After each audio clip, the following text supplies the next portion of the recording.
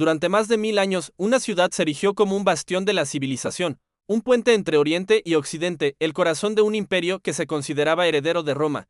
Era Constantinopla, la reina de las ciudades. Sus murallas habían repelido innumerables ejércitos, su riqueza era legendaria y su existencia parecía casi eterna, pero las profecías susurraban su caída. Una historia anunciada en textos antiguos. Se decía que, así como un Constantino la había fundado, un Constantino la perdería. A mediados del siglo XV, esta profecía pesaba en el aire, mientras un nuevo y formidable poder surgía en Oriente. Impulsado por la ambición, la fe y un joven sultán destinado a cambiar el mundo. Esta es la historia de la caída de Constantinopla, un acontecimiento que no solo derribó un imperio, sino que redibujó el mapa del mundo y encendió el amanecer de una nueva era. El imperio bizantino, en otro tiempo un vasto dominio, era ahora una sombra de lo que fue, hacia 1450. Era poco más que la propia ciudad de Constantinopla y algunos territorios dispersos. Décadas de guerra civil, decadencia económica y la devastadora peste negra habían minado su fuerza. La población de la ciudad, que alguna vez fue de 1 millón de habitantes, se había reducido a quizás 50.000 almas, que resonaban dentro de sus vastas y desmoronadas murallas. Eran un imperio con soporte vital, aferrado a las glorias del pasado. En marcado contraste, el imperio otomano era una marea creciente. Desde sus humildes comienzos en Anatolia, los turcos otomanos habían forjado un estado poderoso y disciplinado, expandiéndose sin descanso por los Balcanes y rodeando Constantinopla por todos lados. Su líder era el sultán Mehmed II, un hombre de inmenso intelecto y singular obsesión. Al ascender al trono por segunda vez con solo 19 años, Mehmed no era un gobernante ordinario. Era un polímata, hablaba con fluidez al menos 6 idiomas, incluidos el latín y el griego. Estudió las campañas de Alejandro Magno y Julio César. Y desde joven se obsesionó con un objetivo: conquistar Constantinopla. Para él, era tanto una necesidad estratégica como un llamado divino, cumpliendo una profecía dentro del Islam, mientras se gestaba la tormenta. El resto de la Europa cristiana permanecía en gran medida indiferente. Las grandes potencias como Francia e Inglaterra estaban agotadas por su propia guerra de los 100 años. Los estados de las ciudades italianas, como Venecia y Génova, estaban más preocupados por proteger sus lucrativas rutas comerciales que por una gran cruzada. Veían a los bizantinos como cismáticos después del gran cisma de 1054, que separó a las iglesias ortodoxa y católica. Aunque el emperador Constantino X pidió ayuda, solo recibió un apoyo simbólico. Era una figura trágica. Un líder capaz que gobernaba un estado moribundo, tratando desesperadamente de contener lo inevitable. Sabía que su ciudad y su mundo estaban al borde del abismo. En la primavera de 1453, el gran ejército de Mehmed llegó ante las legendarias murallas de Teodosio. Era una fuerza nunca antes vista. Las estimaciones oscilan entre 80.000 y más de 150.000 hombres, incluidos sus genízaros de élite, feroces guerreros criados desde la infancia con el único propósito de servir al sultán. Los defensores, en cambio, eran apenas 7.000.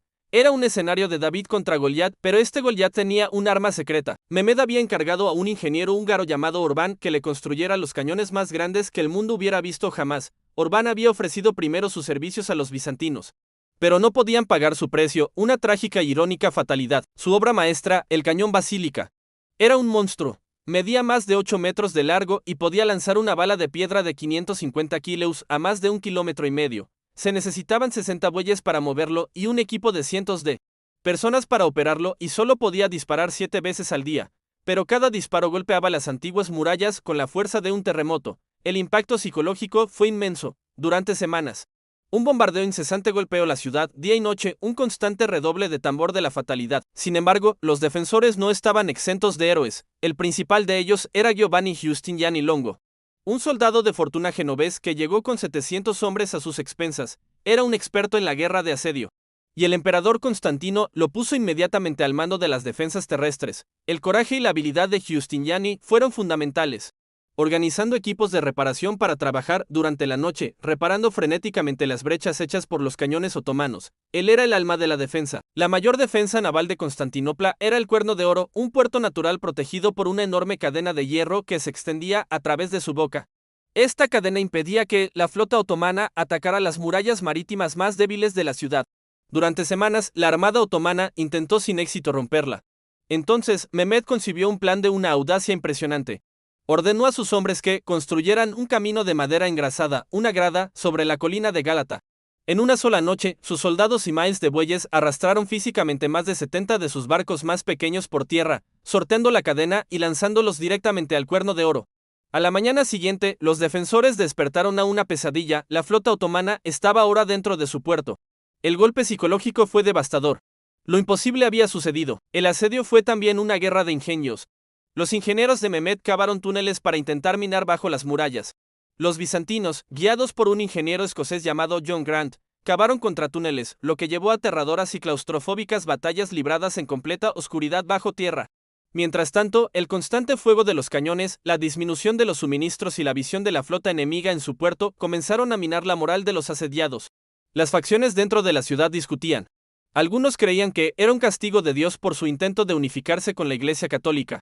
Se recordó una antigua profecía: la ciudad no caería mientras la luna brillara.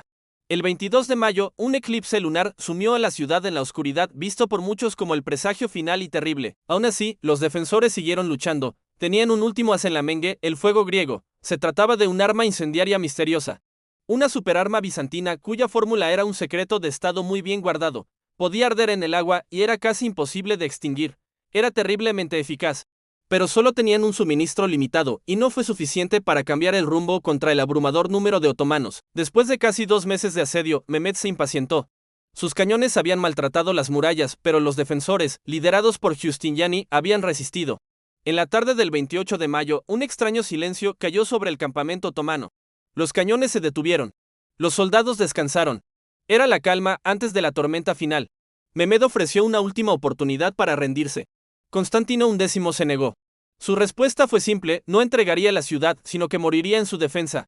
Esa noche, las campanas de las iglesias de Constantinopla repicaron mientras católicos y ortodoxos, unidos en su hora final, se reunían en la magnífica Santa Sofía para un último servicio. El emperador estaba allí, rezando junto a su pueblo antes de regresar a las murallas para enfrentar su destino. En las horas previas al amanecer del 29 de mayo de 1453, comenzó el asalto final. El estruendo fue ensordecedor cuando decenas de miles de soldados otomanos cargaron contra las murallas en oleadas. La primera oleada estaba compuesta por tropas irregulares. Los Basil Basous, enviados para agotar a los defensores, fueron repelidos. La segunda oleada, de soldados anatolios mejor equipados, corrió la misma suerte. Pero los defensores se estaban cansando, y su número disminuía con cada ataque. Entonces, Mehmed desató a sus jenízaros de élite. Estaban frescos, disciplinados e implacables. La lucha en las murallas se convirtió en una desesperada batalla cuerpo a cuerpo. En un momento crítico, 2 desastres golpearon a los defensores simultáneamente. Primero, Giovanni Giustiniani, su comandante inspirador, fue gravemente herido. Sus hombres lo sacaron de las murallas, y su partida provocó el pánico. Los soldados genoveses vacilaron, con la moral rota. Al mismo tiempo, un pequeño grupo de soldados otomanos descubrió una poterna, una pequeña puerta sin asegurar en las murallas conocida como la Kerkoporta. Se había dejado abierta por error. Entraron a raudales, subieron a una torre cercana y alzaron la bandera otomana. La visión del estandarte enemigo ondeando dentro de la ciudad destrozó la última resistencia de los defensores. La línea se rompió. El ejército otomano inundó Constantinopla. El emperador Constantino X comprendió que el fin había llegado, arrancándose sus insignias reales para no ser capturado y pedir rescate. Se dice que gritó: la ciudad ha caído y yo todavía estoy vivo. Luego se lanzó contra el enemigo que avanzaba con sus últimos soldados, luchando y muriendo como un soldado raso. Su cuerpo nunca fue identificado de forma definitiva. El último emperador romano murió defendiendo el último vestigio del Imperio Romano. La caída de la ciudad fue seguida por 3 días de bruto saqueo, como era costumbre en la época. Pero el objetivo principal de Mehmed no era destruir la ciudad, sino poseerla. Entró en la ciudad por la tarde y se dirigió directamente a Santa Sofía. Desmontando, se agachó para recoger un puñado de tierra, que esparció sobre su turbante como acto de humildad ante Dios. Se maravilló de la belleza de la gran iglesia e inmediatamente ordenó que se convirtiera en una mezquita. Los inquietantes mosaicos cristianos no fueron destruidos, sino cubiertos con yeso, preservados durante siglos bajo una nueva capa de fe. La llamada a la oración resonó por primera vez en la ciudad, señalando una nueva era. Constantinopla, la capital de la Bizancio cristiana, era ahora Constantinille, la capital del Imperio otomano musulmán. Las consecuencias fueron inmediatas y profundas. La caída de Constantinopla causó conmoción en toda Europa. Marcó el fin definitivo de la Edad Media.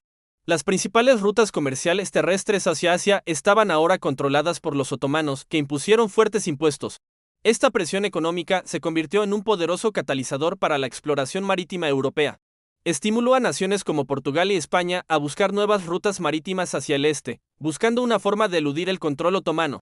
Esta búsqueda llevaría a navegantes como Vasco da Gama a rodear África y, más famosamente, a Cristóbal Colón a cruzar el Atlántico. iniciando accidentalmente la era de los descubrimientos y la colonización de las Américas. Además, una oleada de eruditos griegos huyó de la ciudad caída, llevándose consigo preciosos manuscritos y conocimientos antiguos. Se establecieron en Italia y otras partes de Europa, contribuyendo significativamente a la efervescencia intelectual del Renacimiento. El redescubrimiento de estos textos clásicos ayudó a impulsar un renacimiento del arte, la ciencia y la filosofía. Así que, en cierto modo, la caída de una gran civilización contribuyó directamente al florecimiento de otra. La caída de Constantinopla fue más que una batalla, fue un punto de inflexión en la historia. Fue el fin de un legado romano de 1500 años y el nacimiento de una nueva y poderosa dinastía otomana que dominaría la región durante siglos. Remodeló el comercio, la religión, la política y la cultura a escala mundial. La historia de su caída es una epopeya temporal de coraje, ambición, fe y destino. Nos recuerda que, incluso los imperios más duraderos pueden caer, que la historia se forja en momentos de intensa lucha y que el final de un capítulo es a menudo el comienzo de otro. Las murallas que una vez definieron el centro del mundo ahora se erigen como testigos silenciosos de uno de los momentos más cruciales de la historia. Gracias por vernos. Si este viaje al pasado te ha resultado esclarecedor, por favor, dale a me gusta, suscríbete y activa la campana de notificaciones para recibir más historias que dieron forma a nuestro mundo.